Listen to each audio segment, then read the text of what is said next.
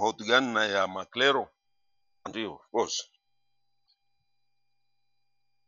Kuna baraka ambayo inaitwa kisakramenti, ize sakramento, na baraka ambayo ni kama matashi mema. There are two different things. Inapotolewa na makleri walio na nataka kuondoa shemasi, nataka kutenganisha shemasi. Shemasi habariki watu. Akibariki watu ni kisakramenti, lakini anayebariki watu ni yule aliyepakwa mafuta mikononi, yaani padre na askofu. Shemasi hapaswi kubariki watu, anabariki vyombo visakramenti, vyombo kama maji, kama chakula, kama gari au nyumba, what else? Rosari, wala vitu hivyo, lakini sio official blessing of the people God, kwa sababu mikono yake haijapakwa mafuta, is not anointed yet. Na kwa hiyo sio padre. Padre ni kasisi, kuhani ndiye anayebariki watu, kuhani. Shemasi sio kuhani. Na kwa hiyo tusije tukakosea hapa na kufikiri kwamba unakutana shemasi huko njiani na kubariki tu. Hiyo shemasi hajajifahamu, hana faculty hiyo bado. Anaweza kufanya ibada hizi za mfano, natumia sorozari, anaongoza ibada ya njia msalaba, anabariki watu kwa ule msalaba, au kutoka ni sakramenti, au kwa njia ya monstrance katika baraka kuu. Shemasi anaongoza kwa sababu yeye si anayebariki, anabariki ni Kristo mwenyewe kwa sakramenti hili. Umeeleweka?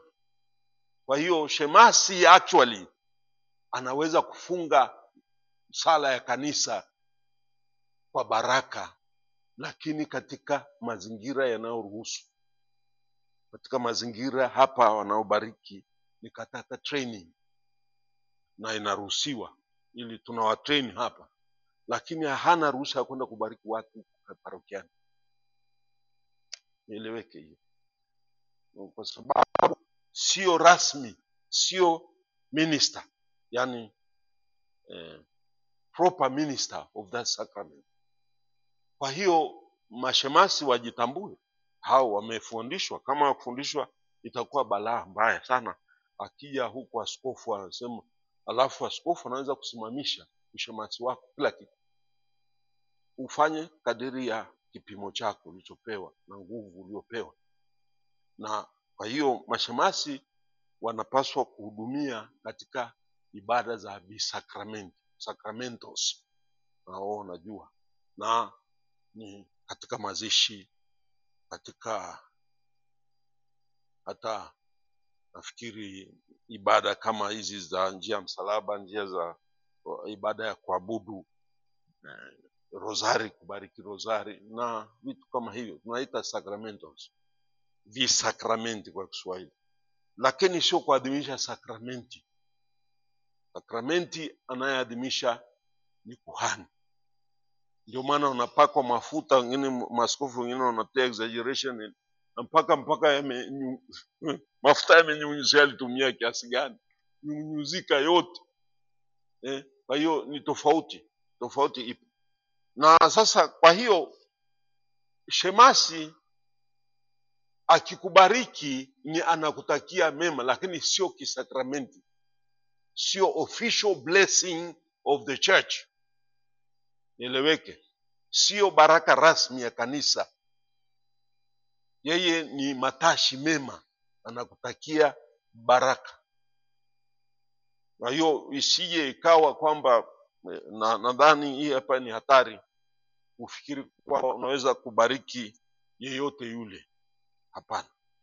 Na ndio maana tunabariki tu wakati wa ordination.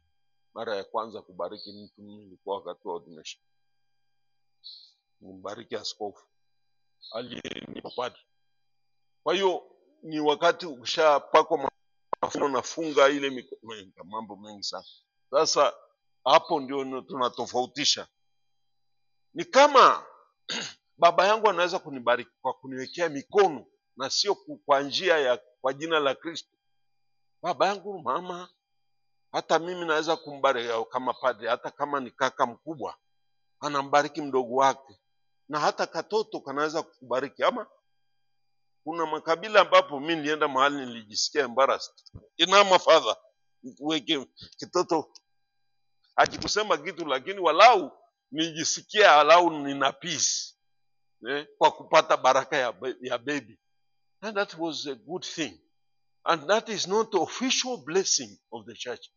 It is a well-wishing thing, act. Ni tendo la kutakia mema, kutakia baraka, kutakia ufanisi katika yale unayofanya. Ni kama mama ananitemea mate au baba anatemea mate mikononi. Kwetu ni traditional kabisa. Ndio mimi ananiambia, "Endema huko tu mwanangu, au kubarikiwa sisi." Ndio. Sasa ile ni baraka tena inachukuliwa na Mungu kwa namna yake. Lakini kuna ile ambayo tunaita ni ecclesiastical blessing, ambayo ni ecclesio, inatokana na kanisa. Hiyo ni tofauti. Kwa hiyo mlei anaweza kubariki kwa kama yes, let me tell you. Ndio ilileta mkanganyiko kwa huyu papa wetu Francis aliposema tubariki mashoga na mavitu. Alijitenga kwa kusema is not the sacramental blessing. Lakini it is very difficult to distinguish those, especially when naongea lugha wote tunaelewa, wote ni wasomi hapa. Hasa wakati una involve kama unaoingiza wakleri. Wakleri ni watu wanaobariki officially always kutokana na hadhi yao. Sasa wewe unapomwambia abariki mtu, eti umbariki kama well wishing, unamtakia mema, mwekee mkono, alafu mwambie na Mungu akubariki, alafu hiyo useme sio ile official. It's very difficult to distinguish these things. Walimwambia hiyo unatuletea matatizo makubwa. Ni kama umekubali kwamba state ya namna ile inakubalika. Akasema mbona tunapowakuta watu wanaoishi katika mitara au kufunga ndoa wanaishi pamoja, uchumba wengine sio uchumba wa namna gani, na mtu ana wake wawili watatu, nyumba ndogo huko, na unajua na ana familia huko na watoto huko, ana mke mwingine na watoto, na kule ana mwingine hana watoto bado atakuwa nao. Sasa and then he comes you, anakuja na yule ambaye unajua si mkewe, anakuja na nguo na suti yake ya bandia, alafu anasema father tubariki basi father. Na sisi tunabariki, especially kama umesha you don't think properly, unabariki. Is it proper? Sio proper. Lakini people do not question that, kwa sababu ukienda kama ufahamu is not a problem. Bikuwa hivyo. Mfano mimi naenda mahali fulani huko Dar es Salaam, simjui mtu huyu, father naomba baraka. Okay, Mungu Mwenyezi akubariki na kulinde, akuongoze maisha yako. Asante padre, amina. Kumbe jamaa lina familia 3. I don't inquire that. Mimi sio kazi yetu kuchunguza, na hiyo ilikuwa shida. Sasa kwa hiyo ikawa kwamba sasa tuanze kuchunguza watu kwanza kabla ya kumbariki, umchunguze huyu jamaa anaishije. Haiwezekani. Tutakuwa sio kazi yetu, conscience yetu itatushtaki. Anayepaswa kujichunguza mwenyewe ni yule anayeomba baraka hiyo, akijua ni nini anachoomba, na sio kumtania Mungu. Mungu ataniwi eti. He will come back in retaliation. Huwezi kumtania babako, hasa mbele za watu, wakijua kwamba wewe unaishi haya, na alafu ni kama you are mocking him. Kwa hiyo mtu yule anayeomba ndiye ajitambue mwenyewe hapa sistahili. Kwa hiyo afadhali ni kwa utume tu, nifadha niwekee mikono, unamwekea haya na amani. Lakini sio kwa mfano, hata nikisema si kitu, kuna wengine wanakuja kuungama, wana dhambi ambazo haiwezekani, na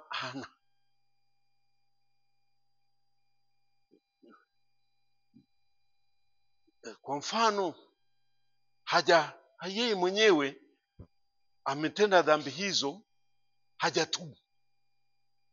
Mwizi mkubwa, na ameiba mashati ya watu, mfano tu, natoa mfano, shati, ameiba shati na amelivaa.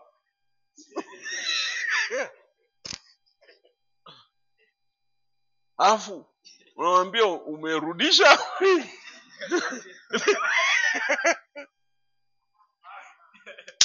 But he has all this, ana suti ametilia, anakuja hapa anang'aa, alafu anakuja kuungama na hilo tena. Kuna watu yani you don't understand, anakwambia hii ndio ile nimeliiba.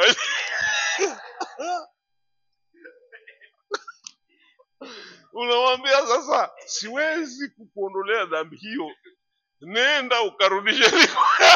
Akasema mpaka kwa hili mimi sirudishi. What will you do? Those are the questions that you have to ask in your studies. Sasa ni unamwambia tu nenda ukafikirie sawa sawa, na hujatubu, na usije kuungama hujatubu na hujajua ulichofanya bado. Nenda unarudi huko. Sio kila mmoja anaenda kuungama na ondolewa dhambi. Sasa wewe unaishi na kimada, naishi na mama, yule msichana hataki kumwacha yule bwana, bado kuna mchuzi huko na supu na mambo kama haya mazuri, maisha mazuri, anavaa, anatembea na gari lilo Bentley, ile gari la hali ya juu. Alafu unamwambia achane na yule, na yule bwana naye hilo gari la fahari, even labda limuzini lenyewe, ana wake wawili hule tena, au ana dini nyingine ambayo haendana na ile dini yule mama amekuja kuungama huko. Namwambia sasa, umefunga ndoa? Hapana. Sasa mama, wewe bado ni kijana, unaweza kupata mwenzi wako kwa rahisi sana, tena shepu hii. Lakini anasema mimi sasa manake ni kupata maondoleo ya dhambi na lazima Kamwambia huwezi kupata maondoleo ya dhambi unaishi kwenye uzinzi. Kuna tofauti ya kuzini na uzinzi. Kuzini ni tukio moja, mtu ameanguka kwenye dhambi, as adultery, na huko ndio kuzini. Au kwa ambao hawajafunga ndoa tunaita nini? Shemasi? Kuna tofauti. Wote ni mwasherati tu, yote ukisema uasherati. Yes, fornication unaita nini? Ni uasherati. Kwa hiyo mmepunguza. Hapana, hiyo ni kuzini. Ndio, ni kuzini na sio uzinzi, vitu viwili tofauti. Kuzini yani kwa Kiingereza tunaita adultery, lakini hiyo aliyosema sasa ni fornication. Fornication ni kujamiana kwa watu ambao hawajaolewa. hiyo ni fornication. Sasa kwa Kiswahili najiuliza ni nini? Sasa huyu mwalimu ananiambia ni hawajafunga ndoa, na kijana na mvulana wanakutana wanafanya matendo ya ndoa huko. Ili